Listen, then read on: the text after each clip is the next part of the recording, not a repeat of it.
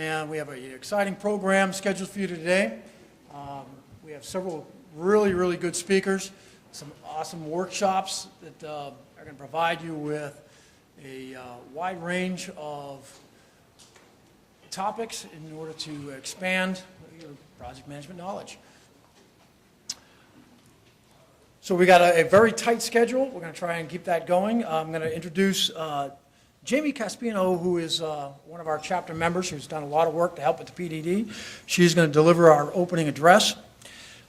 Jamie's a project manager and a senior business analyst. She has extensive experience in development and implementation of large-scale and audit projects. She graduated with a bachelor's in economics from the University of Georgia in 1991, and she resides in Columbia. She has 20 years' experience in the financial industry. Currently, she's volunteering on the Professional Development Day Committee. And let's welcome up Jamie so she can deliver the welcoming address.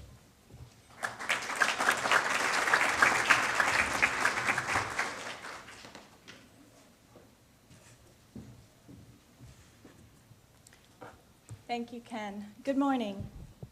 First, let me say to all our attendees, welcome to our 2013 Professional Development Day. Secondly, I would like to extend a warm welcome to our esteemed speakers, most of whom have traveled some distance to be here. On behalf of the board and PDD committee, we are honored and excited to have such an accomplished group of professionals who were willing to show up and share their experiences with us. The goal of the conference is to make us all better project managers, whether it's brushing up on our skills or acquiring new ones. Hopefully, this conference will accomplish that in an engaging and relatively pain-free way. The conference will focus on the emerging trends of project management. Seeing highly organized on a resume is no longer a generic term. It is a project management profession that is more frequently appearing in college and university curriculum. Now sought out by various sectors such as healthcare, government, and financial institutions, to name a few, people have recognized that what was once a skill found in a few could be quantified and taught as a discipline.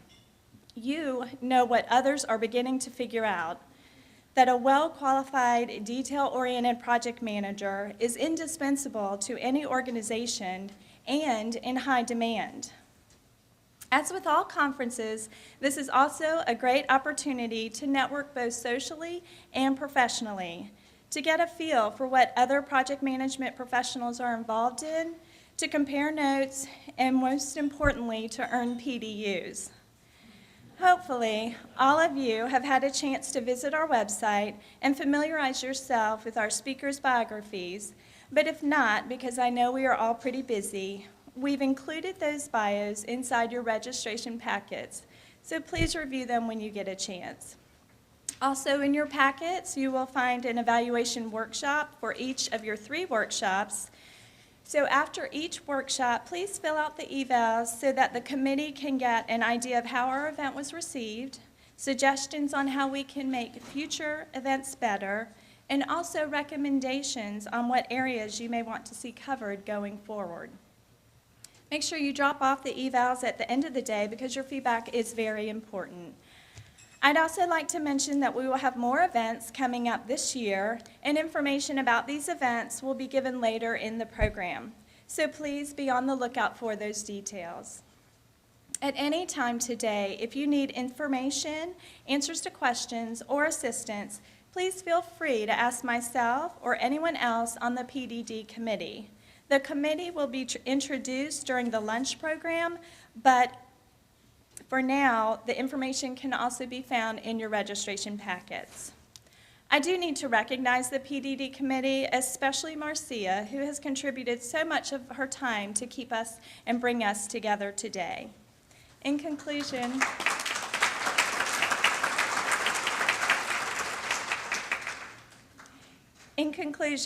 I'd like to say I hope everyone learned something, makes new contacts, and has a nice departure from your typical workday. Thank you. Okay.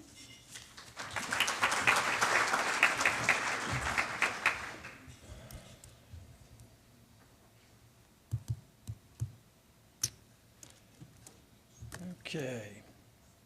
Well, we're going to cover a couple of housekeeping things. First, I want to stop, and I know that Jamie recognized Marcia, and a lot of us come from the IT world, and a lot of us come from an office environment.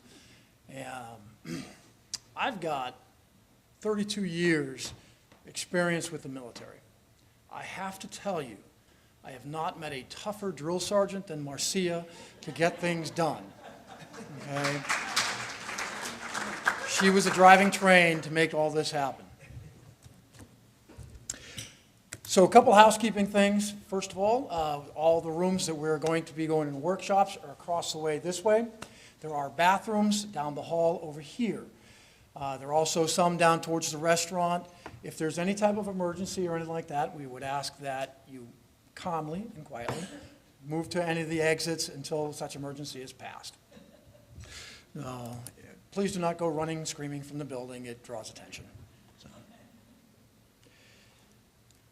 Okay. So next up, we have, as soon as we find,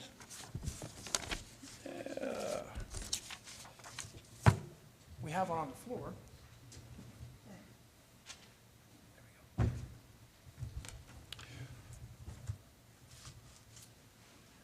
We're going to bring up one of our partners is Ideology, and they've been partnering with PMI South Carolina for quite some time. And there's a lot of functions that we would not be able to do without their support. They have been an integral part of all we do, and we enjoy the partnering that we have with them. Their current new president, Lonnie Emmerd, is going to come up, and he's going to tell us a little bit about what they do, and as well as give some opening remarks. Lonnie has 30 years in the profession and 18 years in the petroleum industry. 11 years with Blue Cross Blue Shield. We won't hold that against him. Sorry, I know we all Blue Cross Blue Shield people.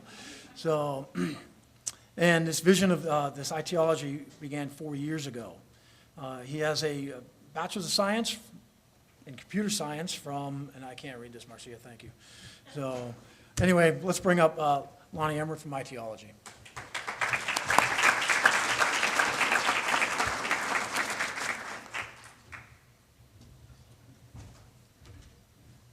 Thanks, Ken. I'll be brief. I'm coming up from the ground floor here, and but I tell you, I know that there's many of you in the audience that know the story of Ideology. How many of you know nothing of Ideology?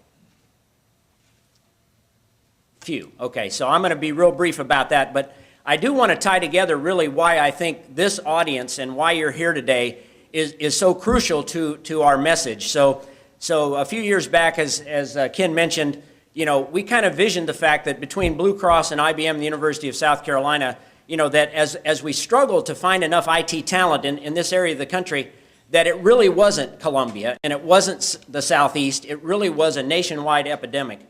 And when you looked at the factors that we evaluated was that, there'd been declining enrollments in university programs for 9 consecutive years. If you look at K-12 education and look at how they would prepare somebody to do project management in IT or really to understand the IT profession, you would see that was a broken kind of environment.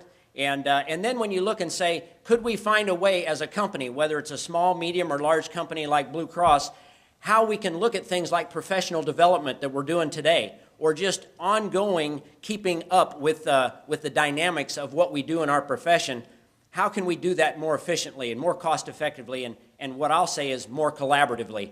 So we visioned this nonprofit organization that we now brand Ideology. And so what started out as 3 entities now has over 250 businesses and over 80 universities in the country participating.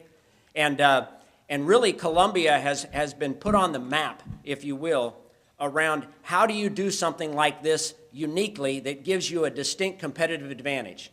The vision was always that if academia really worked together with industry and with business, would there be economic development impact? And we've seen that happen, and I could give you numerous examples of that. I don't have time to go into it today. But the other piece of this message was that we had to involve the media. Because part of our problem in this thing back at the beginning is a stereotype that still lives today. We're fighting it every day.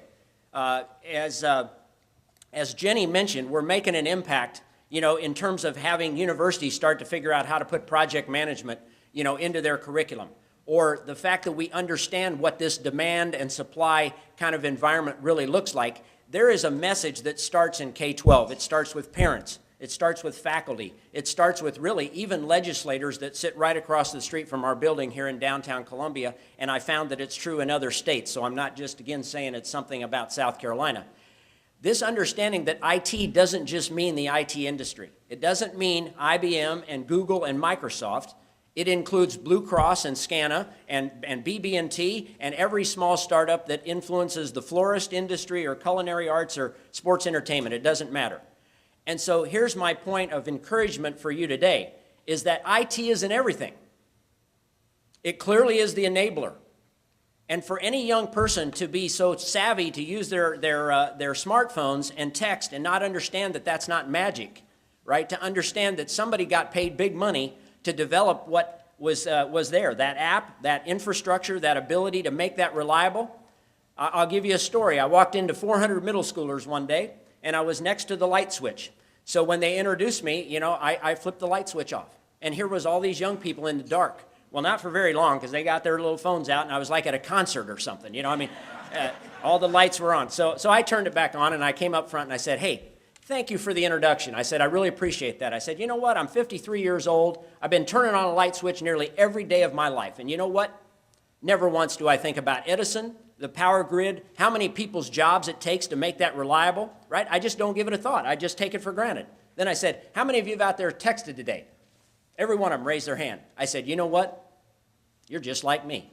I said, you got this wonderful power of this technology in your hand, right? And you're taking it for granted.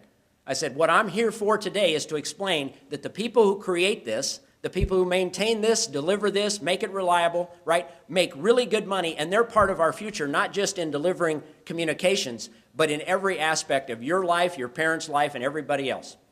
And I said, we don't have enough of you, right? We need you to understand that this is where it starts. So that's our Promote IT initiative, is doing things like that, reaching students. Today, I shouldn't say today, this Saturday we'll run something called Cyber Saturday. It started out in Columbia. We had maybe 25 kids.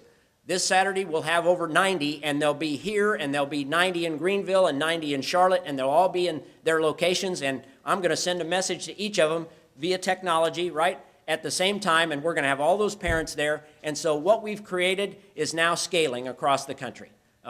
People call up from Richmond and from Baltimore, and we've got Dallas launching later. And the idea is they're saying, how can we do what you're doing in Columbia? What does it take to create an ecosystem that makes a difference? And it is a portable model. But the one thing you can rest assured as we sit here in Columbia, South Carolina today, is that in many ways your companies may feel this way, but when you get ahead, you need to stay ahead, right? And so part of that is we'll always be incurring that opportunity to bring great ideas back, whether it's around K-12, our Teach IT initiative is around higher ed and workforce development, and then the final piece is Grow IT. And Grow IT is what you're doing today. Grow IT is about professional development, right? It could be about entry-level folks learning from one another, project managers as today, or it could be about our next regime of leaders, right? But by doing that differently, what we've seen is that it becomes a magnet. It's a magnet to say, if I'm a company and I can do IT anywhere, if I'm Boeing and I used to be a centralized organization in Seattle, Washington, and I say, could I do that in South Carolina? And 4 years ago, that conversation would have never happened. And today, that conversation is leading to the fact that they're going to become decentralized. And yes, they're going to put some people in St. Louis, but yeah, they're going to put some people in North Charleston, right? And it's all about the topic of why IT and why in South Carolina, right? And then I can give you examples of why AFLAC is here, why American Specialty Health has moved here, and the list goes on and on of why new startups are going to emanate out of Columbia. And it's because everybody would like to say, are you on my team? So when Ken, you mentioned that ITology is a partner of PMI. ITology isn't me, and it isn't 7 people over there in the office, right? ITology is 250 partners and 80 universities and tech colleges working together, and every employee and every person that's involved in those organizations, that's ITology, right? It's a we thing. And that is clearly the message that has resonated in other places. And so I just want to encourage you today to make the most of this kind of knowledge sharing and kick around ideas that say, how can you do what you do even better, because you see that there is this kind of future that IT is in everything. And you know what? For IT to be successful in everything, the projects and the innovative solutions that we know we deliver have got to be managed. And they've got to be managed well. So there is probably no more crucial activity that we could be talking about than how to do effective project management. So again, I thank you for giving me a few minutes to share the message, but at the same time, I appreciate all of what you do and hope that I can continue to work with you in the future. Thanks very much. All right, thank you, Lonnie.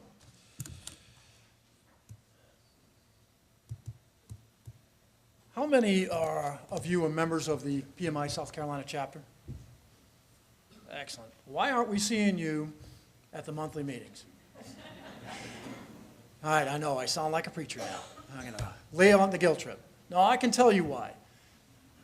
We've had some issues. We'll be right up front and transparent with that. We're working through those. We have new board members. We are trying to emulate things that we see from ITology. How to partner with people, how to improve the value that we can provide you so that you want to come. Not just to things like this where you may be here on your own, you may be here to earn PDUs, you may be voluntold to come. The issue is we wanted to make it, this chapter, provide you a service so that you want to come. You want to be, every time you enter one of the luncheon meetings or a PDDs or a PMI event, you get something from it. With that, we couldn't do that without our sponsors. And this event really wouldn't take place with our sponsors. We had several levels of sponsorship this year based upon the financial and benefits that they provided us to be able to put this on. We were able to have two presidential sponsors, which I'd like to talk about. One was Global Pundits. They were our first one. So Global Pundits is one of the national premier information and technology staffing firms right here in Columbia. I believe you're located out of almost Lexington, right? That's right. So they have really grown over the last couple of years and really been providing an excellent service for those looking for staffing needs, as well as helping those that require employment. The other one is Blue Cross Blue Shield. How many of you are here from Blue Cross Blue Shield? Okay, and you can see why they're a big supporter of ours. There's a lot of project managers over at Blue Cross Blue Shield. I know I kidded a little bit earlier, but the work that you do is very, very important. The work that Blue Cross Blue Shield does, and that has to do with what we're talking about with this particular PDD, the emerging opportunities, healthcare and healthcare reform. Our goal, core IT staffing.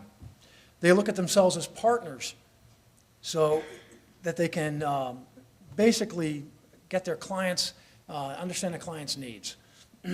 With their applicants, they look to uncover mission-critical information outside the four corners of a resume. We also have, for silver, we have TM Floyd, a healthcare technology consultants who are headquarters right here in Columbia for the last 37 years. And they have personnel working nationwide. We also have Avtech, which is a I'd say, staffing individual company. They make consoles. Right now they provide the dispatching consoles for 8 out of the 10 major airlines and all the major railroads, as well as several utilities and public safety. Very small company, growing. They're just moving from Gilbert. Who knows where Gilbert is? Okay, yeah. It's on the other south skirts of Lexington. They're moving into a new facility in Lexington, and they're doing some hiring. We also have our partners, which is OfficeMax and ITology. So at this time, it provides me great pleasure to introduce our keynote speaker, Josephine Nelson Harriet. The premise of PDD for this particular year, again, is emerging opportunities. And the reason why we chose that theme is because there's large legislation that has recently come out with healthcare reform, as well as some of the banking regulations. Some of that may apply to you, especially you Blue Cross Blue Shield folks. So Harriet Nelson is a senior associate with the General Counsel for Health Sciences at Howard University, where she serves as the Howard University Host Hospital and other health services programs. Basically, she entered the School of Law in 2004 after 20 years' success in healthcare. She has her Juris Doctorate from Howard University School of Law, a Bachelor's of Independent Studies from George Mason University, and undergraduate studies at University of Virginia. Since graduating law school in 2007, she's written and spoken on several issues relating to government contracting, healthcare reform, and women's career development. She's the former president of the Greater Washington Area Chapter of the National Bar Association, Women's Lawyers Division, and serves on the National Board of the National Bar Association. She's current treasurer-elect of the Women's Bar Association for the District of Columbia. At this time, I would like to welcome Josephine Nelson Harriet.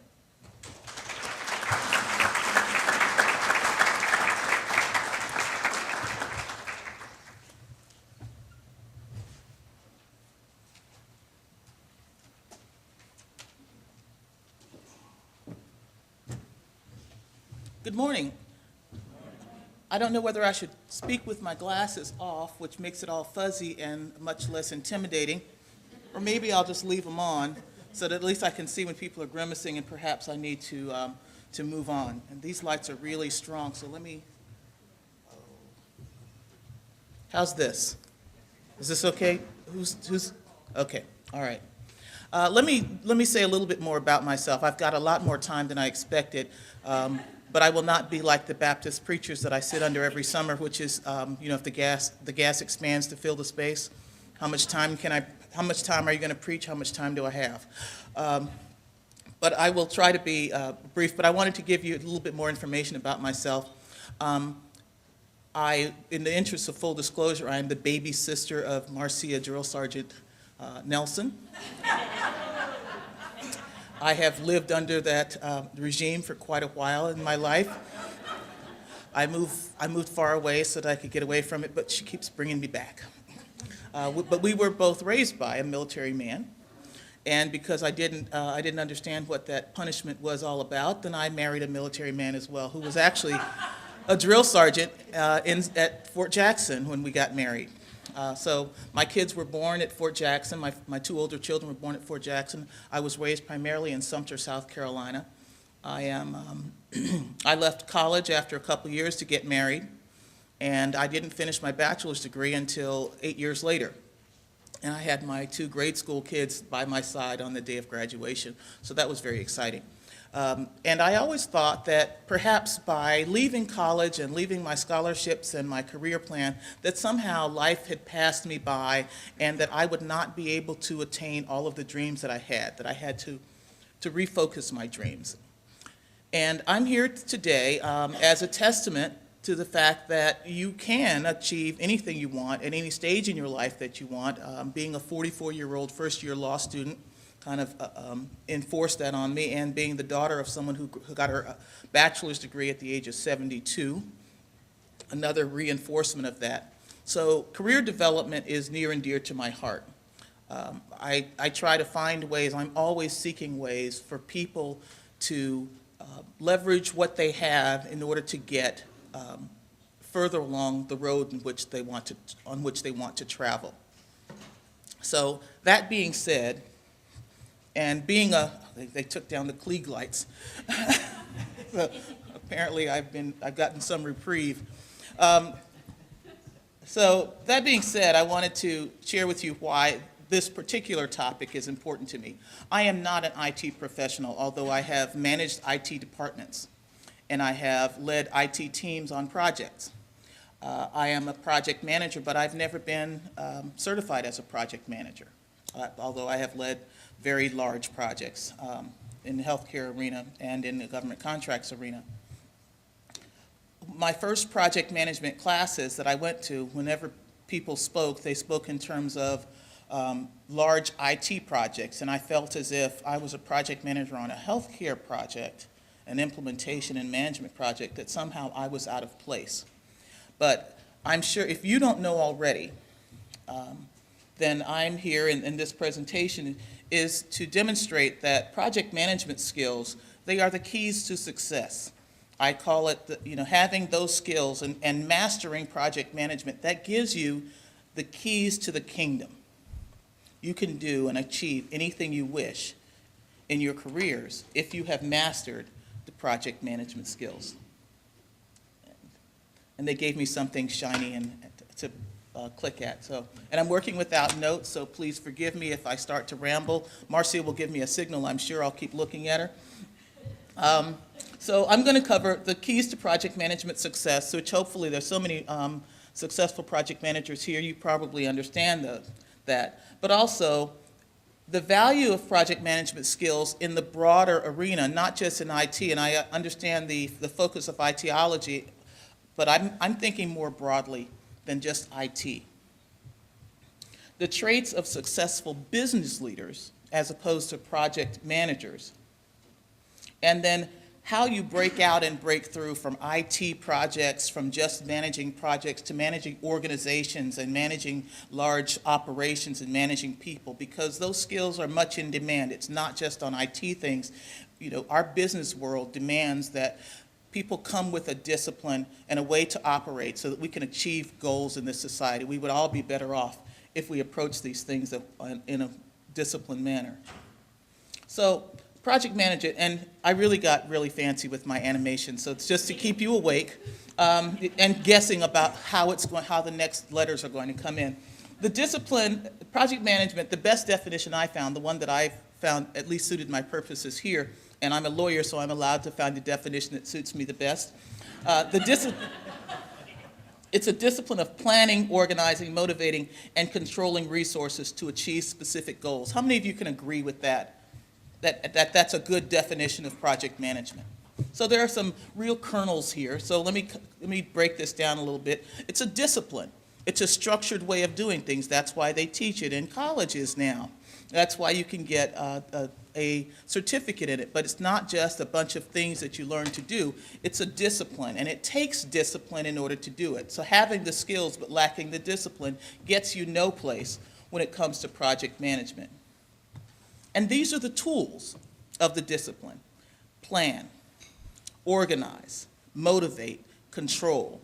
Keep those 4 things in mind as we go through the rest of the program, because as I go through my presentation, then you'll see that plan, organize, motivate, and control, then all of the various characteristics, traits of successful people involve these tools. The tools are focused on specific resources. IT projects are expensive. The time and the number of people that you have available to do specific things, then it's a scarcity, particularly in certain areas. Those resources are scarce. Getting the time for a business person to pay attention to you long enough to tell you whether you're on the right track or not, that's a resource. Their time is a resource that they have that's scarce. Financial constraints, those are also financial resources that are very limited. And so applying your planning, organizing, motivating, and controlling skills to these resources, part is what makes you valuable. And it's to achieve a specific goal. It's not just to do anything. You have one thing in mind. It's not to make you feel better. It's not to make the IT department look good or to make the business looks good. It's to achieve and accomplish a specific goal. So if we look at the value of project management and the components of project management, let's keep those things in mind. So successful project managers, and I really like am I good? Okay on the camera? They said I'm filming. Okay. All right. Someone gave me 2 thumbs up, but I'm going to trust her. Okay, that's the guy I'm looking for. I'm not used to standing in one place when I speak, so bear with me. A successful project manager commands authority naturally. You don't do it out of ego. You're not trying to enforce something on someone else. You are not shadowing or you're not projecting the authority that you get from someone else. It is your own natural authority, and it's not something that is taught. It's something that you have to grow through by being skilled and being accomplished in your chosen discipline. Successful project managers sift information quickly, knowing what to note and what to ignore. Can someone tell me, what's the longest project plan? How many pages or how many tasks? What's the longest project plan you've ever had? Oh, Marcia is shaking her head. You think of some nightmare. These project plans get to be so long, and everyone who has their name attached to a task on their project, they are very serious about the work that they're doing. Either they're doing it right, and they want to tell you how well they're doing because they want their stars, or else they're doing poorly and they want to give you lots of excuses on why it's not working. But a successful project manager has to be able to sift through that and somehow to ignore the things that aren't important and to focus on the things that are. That is a very valuable skill. Set, observe, and reevaluate the project priorities frequently. I don't have to tell you all about that because life changes every day and your resources are changing and sometimes the requirements are changing.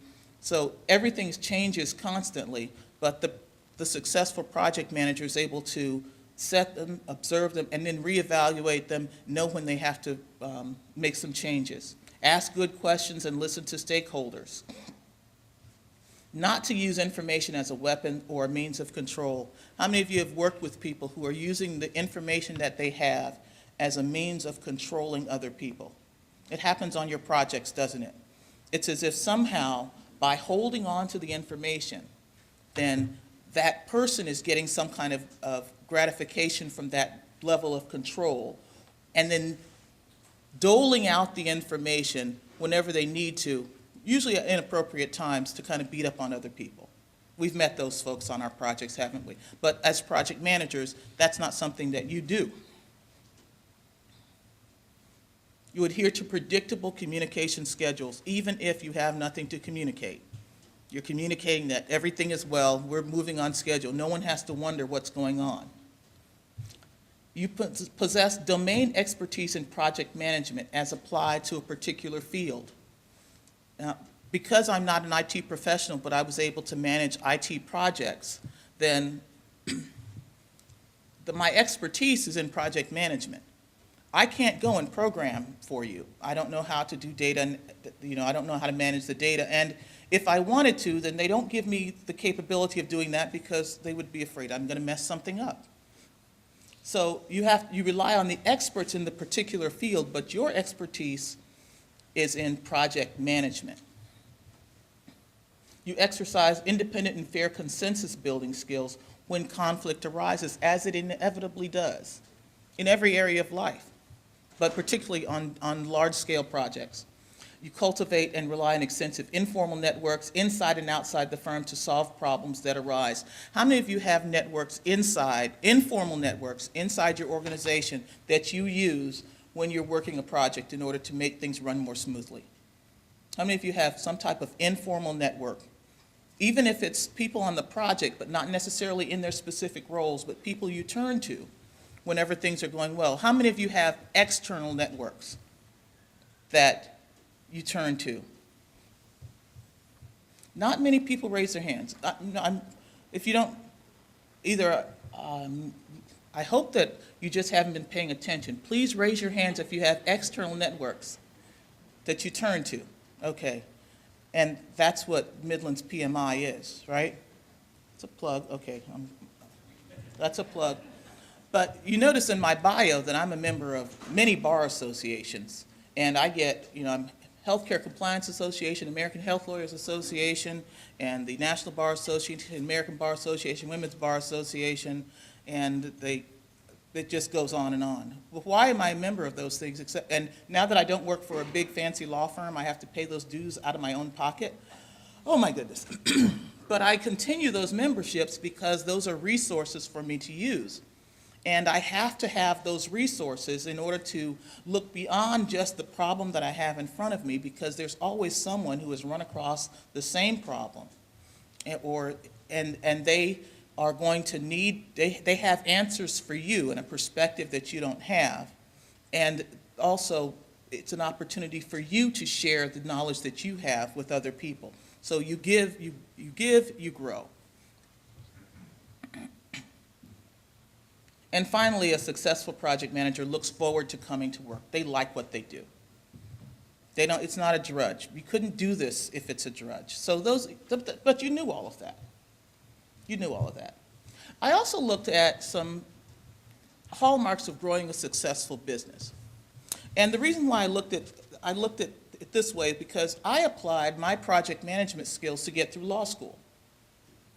I managed it as if it was a project. It was going to take a little over 2.5 years, and at the end, I needed to have good enough grades so I could get a good job after I graduated and tell my husband it was worth it for me not to work for 3 years.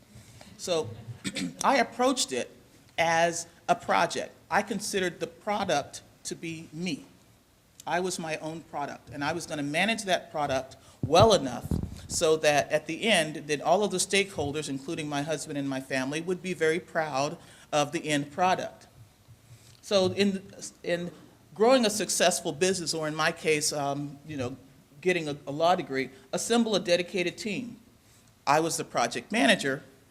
I was the CEO in this case, if you look at it as a business, but the dedicated team, I had my family, I had friends, I had associates, and I was always looking for people to add to my team. A new business, then they're always looking for good talent. And on a project, then you're looking for good talent too. How many times do you come along and say, this is not the right person from this department? And I know who the right person is. I know that there's a better person for this. And while you're managing that project, you're thinking, how can I get this resource added? Assembling a dedicated team. Over-communicate. Don't use information as a weapon. Again, we talked about that. That's part of successful project manager, also part of growing a successful business. Don't assume anything. You have to rely on your team and be open for more information. Being authentic. Knowing the obstacles. A business person, these entrepreneurs always know what their obstacles are. On a project, what do we call these things? Risks and issues. Which, when I first ran across the term risks and issues, I thought, well, what's the difference? But let's not go into that because you're project managers, you know all of that. But knowing what the obstacles are and how key those obstacles are, what the importance of them. Creating a team charter, which in the world of project management is called a team charter is a, come on. If I'm a business, I have a team charter. What's the team charter that the project manager uses? It's a project plan. Yeah, it's the same thing. Okay. I didn't call it a team charter. What is the team to accomplish? What are you trying to accomplish, and what are you going to do to get there? Why is it important, and how are you going to work together? Those are the important things. And I'm not talking about project management. These are not from project management. This is from growing a successful business. Believe in their people, and they dole out credit. How many of you have some kind of way of keeping your team engaged, of doling out credit to your team? You have some way of keeping people motivated and recognizing hard work when you see it. Those are the things that all successful business leaders do as well. And they stay calm. If you can keep your head while others around you are losing theirs, you shall inherit the wind. I think that was Rudyard Kipling. So a successful business leader stays calm. If you look at this list of things that, not in the world of project management, but in the world of business, then these are the key things that a successful business needs in order to grow. And what I'm sharing with you this morning, and I think that I can say from experience, is that it's also something that project management prepares you to do. So these are what the value in the larger business world, and I'm in a legal department at a university now. I work in the hospital, and I work with the medical school, the dental school, and all the healthcare professionals, although I'm not a healthcare professional either. But The reason why my boss sends me to these meetings, she used to go to all the time, she sends me to the meetings with the doctors and the nurses and when they're talking about the clinical issues, because at this point, then she sees me as kind of her project manager on her team, because I'm keeping her informed and I'm keeping people, because I feel I'm trying to make it safe for others to speak up. That's the project management skill that I'm bringing to my new job, that don't be afraid to coming to the lawyers, because in a legal department of an organization, if people are keeping secrets from you and they're afraid to come and talk to you, eventually it blows up and then we all get into big trouble. So making it safe for others to speak of is an important aspect of my job now, and it's always been an important aspect of every job I've been in. Making decisions, either making the decisions myself or helping people to get to the decision. We can't sit around thinking about it or talking about it anymore. No matter what the problems are, we've got to get to the decision. Communicating expectations. Those well-crafted emails that you write after everybody has gone home for the day, so you communicate expectations in a way that the next day when they come in and say, oh my gosh, she worked late again, then you're communicating what you expect on your project, particularly when things are going wrong, when things are not going well. Challenging people to think. Because you are not the subject matter expert, you have to challenge your team always to think of what the solution will be. I can write it down, I can help you implement it, but I can't come up with the solution for you. Becoming and remaining accountable to others and not feeling as if you're above everyone else. So these are the skills that are valuable, that project managers have, that are valuable in the larger economy and outside of just the technical arena, outside of just managing specific projects. Leading by example, spending the extra time, documenting carefully, keeping your commitments, leading by example, and then measuring and rewarding performance. Again, these are things that are valuable to in the general business world. Provide continuous feedback. Properly allocate and deploy talent. Ask questions and seek counsel. Problem solve, avoid procrastination. Create and maintain positive energy and attitude. And the problem solving and avoiding procrastination, I see as almost the other side of this, creating and maintaining a positive energy and attitude, because oftentimes problem solving and avoiding procrastination, it's awfully hard to feel positive when that occurs. It's awfully hard to be positive when you've got huge problems. You would rather put them aside. You would rather think about them another day. You know that when you bring this up, this particular lead on the project is going to be on your back, and they're going to complain about you to the people above you, and it'll make your life miserable, but you can't avoid the problem. You've got to solve the problem. The key is to create and maintain positive energy and attitude, even in these somewhat negative, even in these negative situations, trying to maintain your positivity. Also, great teachers. We don't teach people, and being a great teacher does not mean that you're teaching someone if I'm managing a clinical implementation project, I'm not teaching them how to do medical reviews on the phone. I'm not teaching the doctors that. And I'm not teaching people how to write letters. I'm not teaching them specifically. What I'm teaching them is how to get things done and how to get off the dime and keep moving. That you're not sitting around waiting for something to happen that's going to relieve you of this responsibility. Let's keep moving. So being a great teacher and motivator. Investing in relationships. Because none of the people on your project actually work for you, you have to invest in relationships. It is a relationship job. It is only by the power of those relationships that you're able to get anything done. The imprimatur of, oh, I'm the project manager and I've got an executive sponsor and a business sponsor and I am the person in charge of this project. That works for, I don't know if it works for 5 minutes. I don't even know if it works that long, because if they've ever been on a project before, they know that it doesn't really matter. And at least on the projects I've been in where I've participated, I can tell by walking into a room whether that project manager has invested in relationships with the people on that team.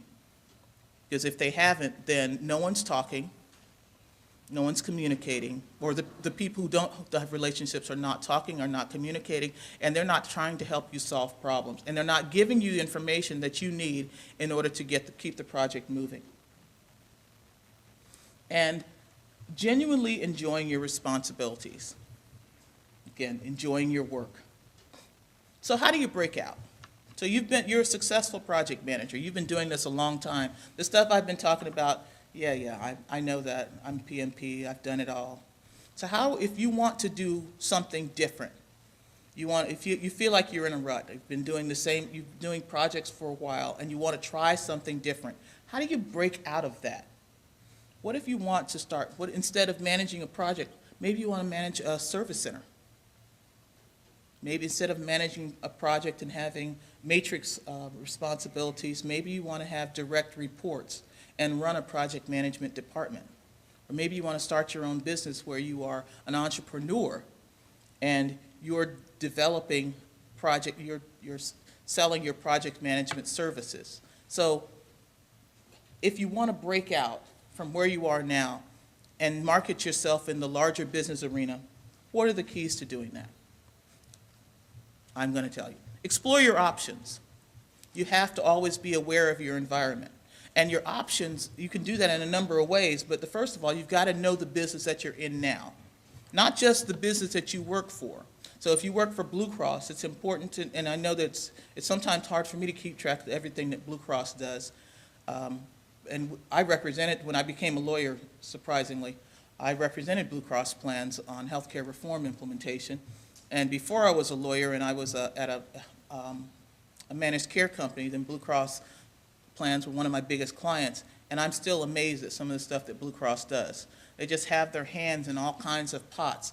But because they have their hands in all of these different areas, then those are opportunities for you to learn more about, not just about Blue Cross, but about the healthcare industry and the IT industry. Every place, understand the place that you work and know it as well as you can. Get to know the people on your project, not just for what they do on your project, but what they do outside of your project. Those are your opportunities to know the business and know the environment in which you're working. If you plan to live in South Carolina, then what's the business environment in South Carolina? What's the business climate in South Carolina? What kind of struggles does South Carolina have? What are the political, the economic, the social issues in the area? You have to know the environment, and you have to know the players. Not just individual players, but who's running things.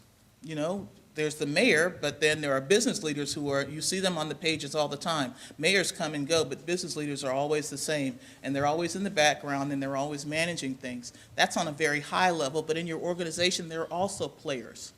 You know who has formal power, but you also know who has informal power, and who has informal responsibilities, and who has the ear of people. When I worked I worked with a large insurance company when I managed the call center for them, and I would say, you know, we can't get these claims paid the way we want to. The clients run out, the member runs out of benefits. They only get 50 outpatient mental health benefits a year, and then they run out of those benefits, and then within 2 months they're inpatient, and it costs a lot more money.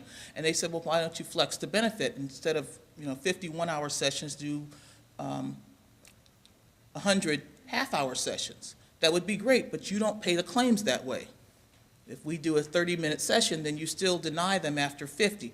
And they said, no, we fixed that, and they did. They had a policy, and they wrote some things and all these other things, but the claims processors down here, they continued to pay the claims the same way that they always were, because there's two different organizations. There's the official, and there's the people who actually get it done. Get to know both sides of that world. You've got to know the players, the little ones and the big ones.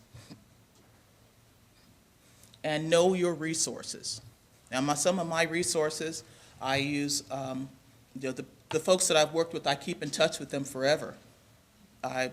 My bar associations and professional associations are my resources. People I've worked with in the past, friends. Whenever I meet someone, then I ask them, what do you do? And so I'll follow up with them and to see How are you doing? How's your grandchild? I'm really good at networking, so if anybody needs some tips on that. My Rolodex, my Outlook contacts, very long. But also, my friends, people that I can get sustenance from. But I have a variety of resources, and I'm always looking for different resources because I don't know where I want to end up eventually. When I grow up, what do I want to be? But I know that I should always be gathering information and knowing and replenishing my resources. So, and after how you're doing that, then there are some things you're doing. This is the kind of gathering information. So what do you do now? Then you got to take control of your career. Expand your network. So when I come to a conference, then I leave and I say that I'm going to give away every business card that I brought. And on the back of each business card, then I will write PDD on May 15th, 2013, so that they will remember, the person who gets it will remember where they met me. And I'll write the same thing and something personal about the person that I met. But I'm collecting business cards, network. You've got to join the professional associations. You've got to grow your network. That growing your network is how you increase your resources. Becoming a joiner. As I said, you've got to join organizations. It doesn't always have to be a professional organization, but it should be a professional organization, but you should be a part of ministries at your church. Be part of social organizations. Be a joiner. Join organizations when you have an opportunity, and become a helper. It's not important who you know. I know lots of people that I've met and shaken hands with. The only real people that can help me are the people who know me. And they know me because I extend myself and do things for other people. So becoming a helper, yes, it does take a lot of time. And I don't have much time, but my children are grown, so. So becoming a helper, it's not just enough to collect a business card. When you collect a business card and you find out something about someone, I know someone there. Let me send you a call. Or I've got people from law school or people that I've met, if I know what practice area they're in, someone calls me about a traffic infraction in Virginia or a divorce case, I cannot help you. Now, if you have a Stark issue or you want to have a contract that you want help with, I can do that. But most people don't need lawyers for that. They need lawyers for the day-to-day stuff. So I have a list of people, and I'm always sending folks to other lawyers, giving them business. Or else I'll take a look at your agreement and tell you whether you need to talk to another lawyer. Or else if you've got I know the name of that song that you want to sing. I'm a choir director at my church. And I will I'll send music to people, I'll just send them music, or if I have a CD, here, you can borrow the CD. But, extend yourself to other people, because that shows the kind of person that you are, and that's the kind of person you want to be, a problem solver. That is the most valuable person in business, the person who can fix things. And if you're fixing people for things, and the small little things in their lives, then when there are opportunities that arise where they need a big problem fixer, then your name is more likely to come to the top. And get the word out. Let people know that you're ambitious. It's not a bad thing, particularly for women. We have a tendency of not wanting people to know that we are interested in doing something beyond where we are now. How's the job doing? It's just fine. It's not really fine. You're bored. So why don't you say, instead of saying, I'm bored and I hate them all, then you can say something like, it's a great place. I've learned an awful lot, but I really think I'm looking for more challenge now.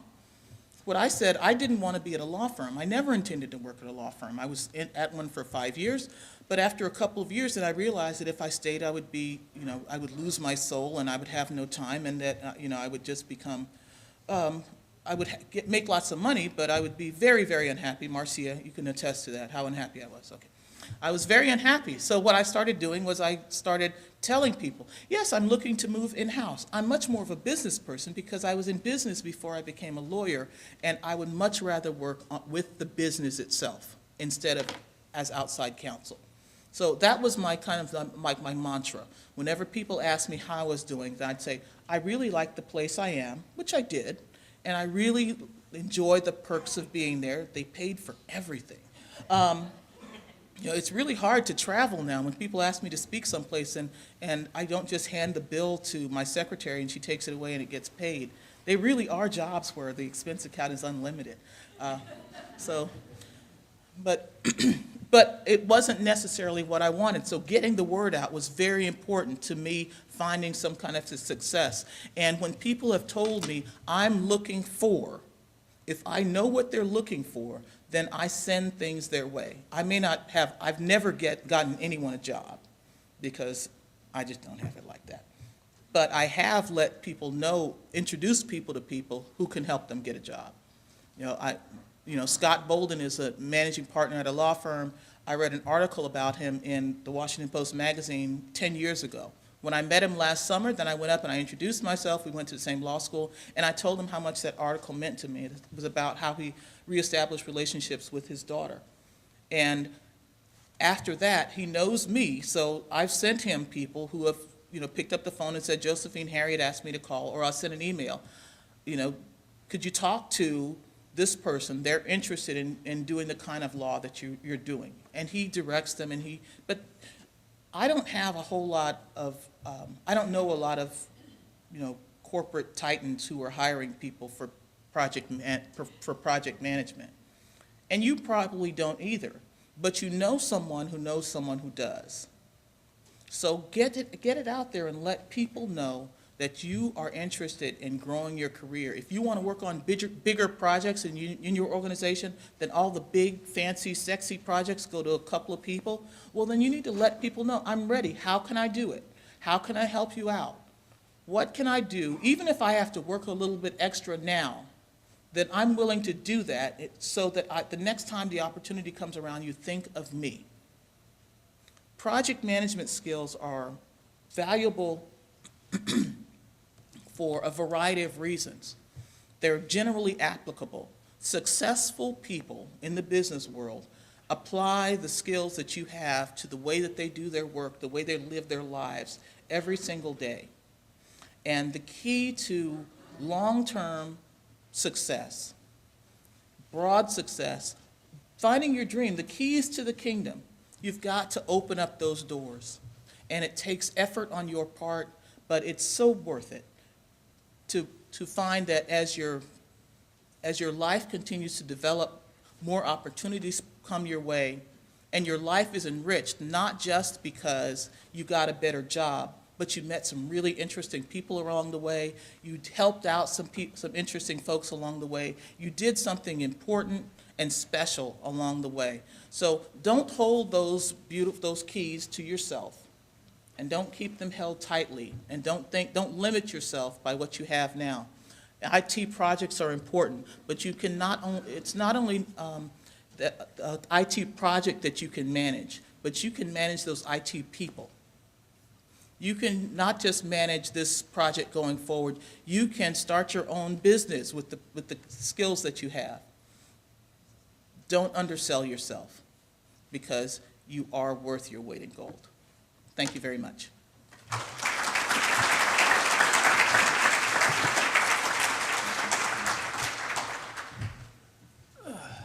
Thank you, Josephine. In keeping with the message for networking, one of the things I found going to a lot of the PMI conferences and the national PMI conferences is they do a lot of networking. They have great networking events in order to meet. Now, I know there are a lot of Blue Cross Blue Shield people here, but I understand there's also a lot of Blue Cross Blue Shield divisions that you may not know the other individual. So you may not know everybody that works at Blue Cross Blue Shield, or maybe you want to know somebody that works at Blue Cross Blue Shield and you don't. So the question here is, how can you network to improve your network the way you need to improve it? Sounds like a lot of words saying a simple thing. In other words, I need to expand my knowledge base for a particular area. So project management has several different particular areas. So let's start with that. All right. How many people here don't want to raise their hand? Okay, that's good. So that means everybody does. So who here would consider themselves a scheduling subject matter expert? So we got one over there, got another one here.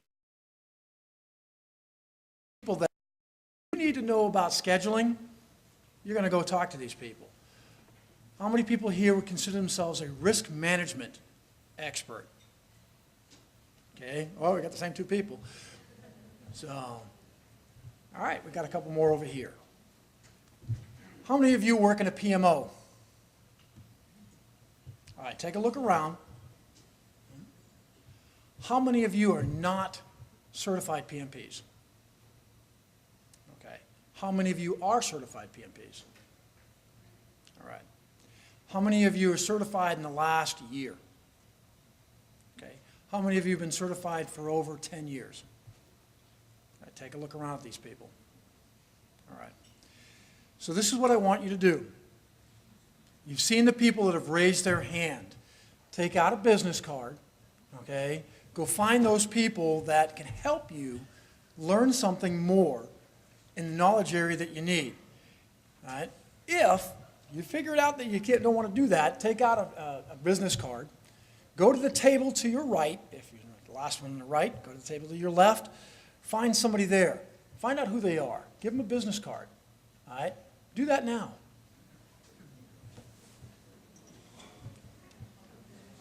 And welcome. I'm Barbara Geldred, and I'm the Vice President of Membership for PMI Midlands.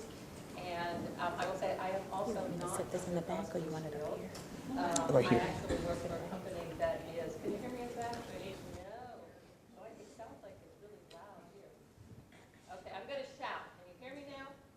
Cool. Okay. I'm Barbara Geldred, and I'm the VP for membership for PMI Midlands. And since all of you were introduced to Josephine earlier, I'm not going to go through all of that again, but I am going to take just a moment to make a plug here for both membership and volunteers. We are really looking to increase our membership and also really looking to add volunteers